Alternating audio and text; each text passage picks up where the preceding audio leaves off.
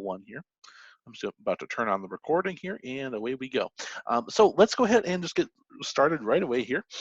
If you want the slideshow for yourself, here down here at the bottom right here is a short link to today's slideshow.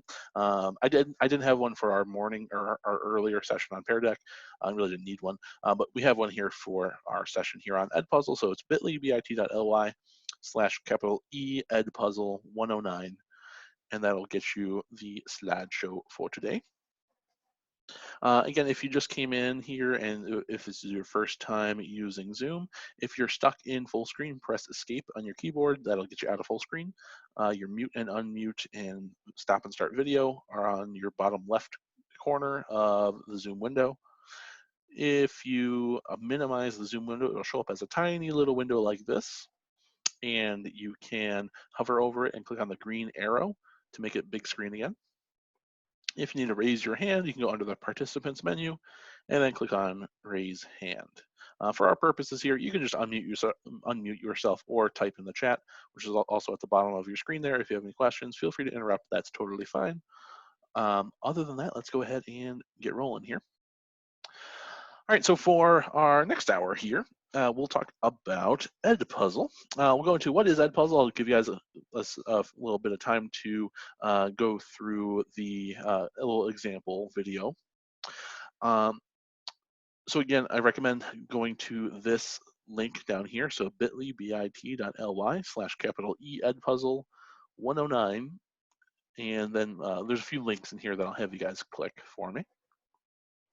So we'll go into what is Edpuzzle. I'll give you guys a little example. It's pretty entertaining. It's pretty funny. We'll go through getting started with Edpuzzle, how you can create your own interactive videos, how you can assign them to your students, how you can check them, and how you can really create a flipped lesson. Now, of course, we're kind of doing everything flipped nowadays. Everything's remote, so that'll will apply pretty well to the world that we're living in now. All right, so here on slide number 6 is a link here for you to check out what Edpuzzle is like. And I think this should still be working for me. Let's check, and it does. Perfect. So when you click on the link on slide number 6, it'll take you over to a video here. That's a little quick, like 2-minute video.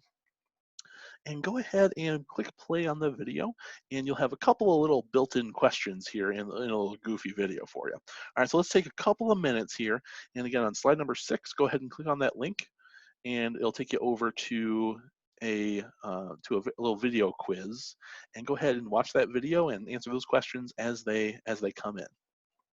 And we'll come back here in just a couple of minutes. There we go. So if we want to create our own screencastify video first, and then make that into an Edpuzzle, what we'll do is we'll find one of our screencastify videos here. So I have a ton of them here. I'll just kind of grab one here, and I'll go ahead and download it. I want to make it an MP4.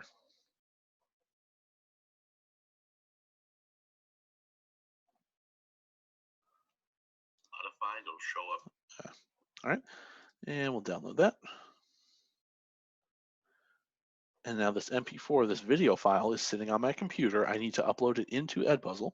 So I can actually just click and drag it from here. I didn't like that. Ooh, that's freaking out. It does not like that. Oh boy. We'll do it the old way. We'll do choose a file.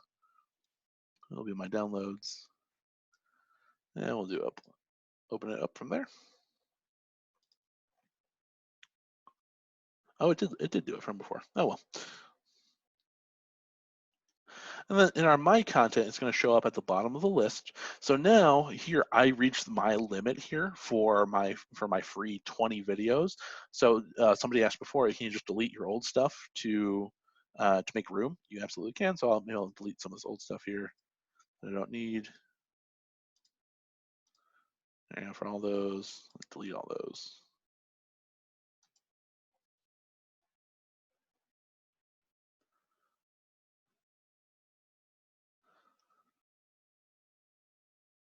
And there we go. So now here we go. So here's this video. that I made from Screencastify, and it'll take a little bit of time to upload and to process, but then just like that, it behaves just like any one of your other videos here. So once this is done uploading here, I can come in just like I did before. You know, I'll just kind of pick another one here, click on it, go into edit, and then just like we did before, you can come in here and finish out all your editing like we just did earlier. All right, any questions about that? All right, so let me jump back over to the student perspective here, and I, I should have chosen a shorter video because we got to wait for him here. But here's the student perspective again. He finished out the video. He's all done. He'll click on show results. You can see his percentage completed and his correct responses so far, because there's a question that the teacher has to grade. Notice it'll say to be graded. Back on the teacher side, if I'm ready to go and check on my students' scores here, I can go into my classes, go into whichever classroom I need. It'll have a little red dot and a little notification here showing when students are done. And now here I see, here's Andrew. He watched 100% of the video. He watched it last 4 minutes ago. He turned it in on time. If I click on it, I can see his responses now, and I can grade his video assignment now. So I can see what his response was to the first question here. I can see his response to the other question. So that looks good. Give him 100% on that. And just like that, I can finish out grading. All right. And we have another question. Someone asked, could we upload a Zoom screencast to create our own videos as well? Yes, you can. You can record with Zoom as well. I wouldn't recommend it for that purpose, unless it's for teaching a class, I suppose. Just because it's a little complicated and the quality sometimes is a little, it kind of depends. You absolutely can, yes. As long as you download the MP4 video file, yes, you can. All right, and then so once you're done with that grading for our student, we could just go back to our gradebook. We see his score, and then we can come over here to update on Google Classroom. And now those scores are going to be reflected over in our Google Classroom. So let me go back to my teacher's side of Google Classroom here. Going to find that Edpuzzle activity. I can see it's already graded for me in here. And then there's that score that was imported in already. All right. Again, you can also change your point value. So it's not out of 100 points. You can change it to whatever you want, of course, from there. Okay. All right, so let me go back again. And we'll find my content. There we go. So this video is finally done here. So here's this screencastify video I made earlier. And just like any other video before, I can come into edit and I can do all the exact same stuff we were doing earlier. Okay, so you can still come through and make all those make all those questions pop in whenever you want. All right. Any questions so far? Any more questions?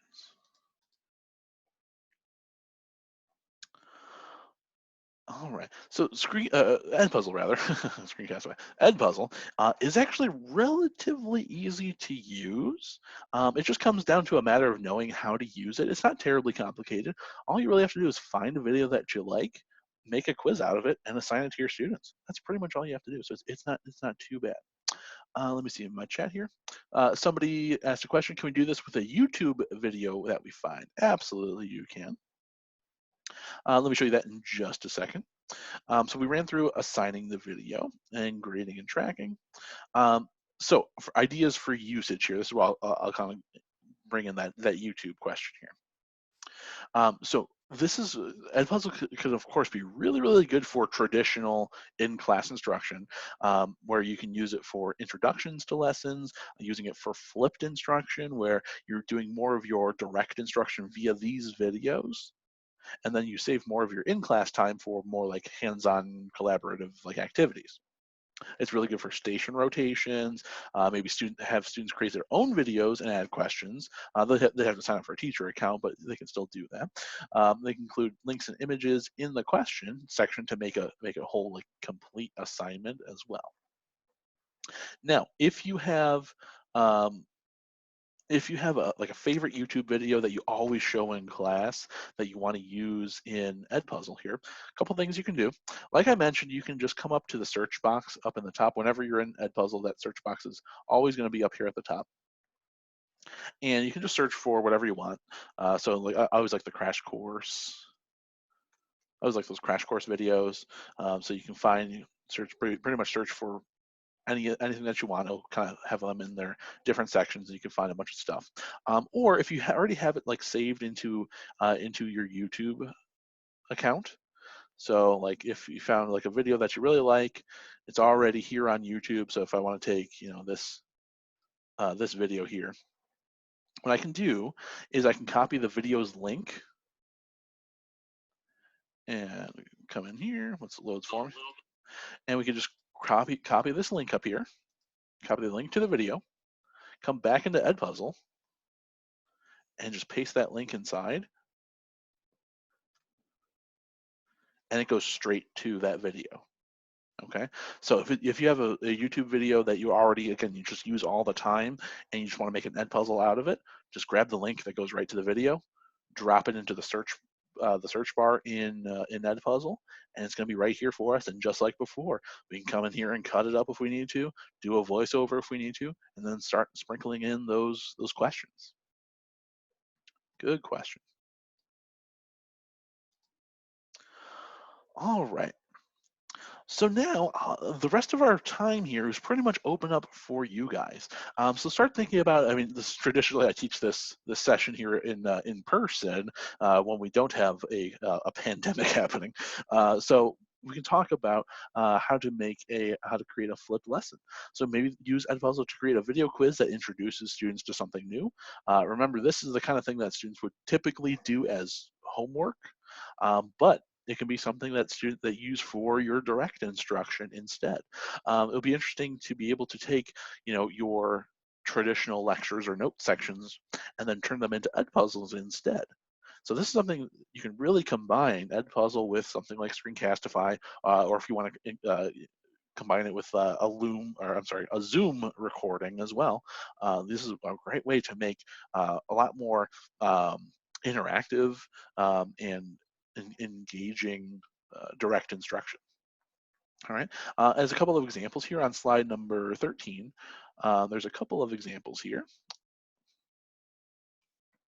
And in here, there's a bunch of examples for how to use Edpuzzle for a flipped classroom in different subject areas. So there's a ton of cool ideas in there. There's also some more on that second link there from Common Sense.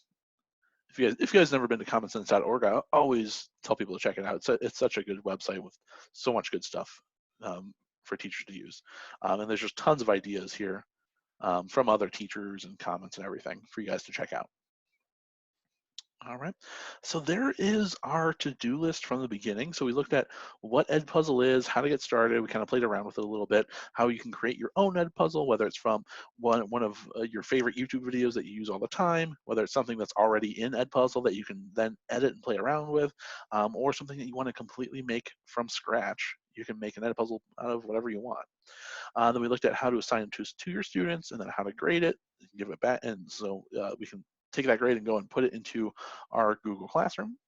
Then we can also create a flipped lesson out of it. And this also really just applies to remote learning. I mean, at this point, flipped lessons are kind of more synonymous, I guess, with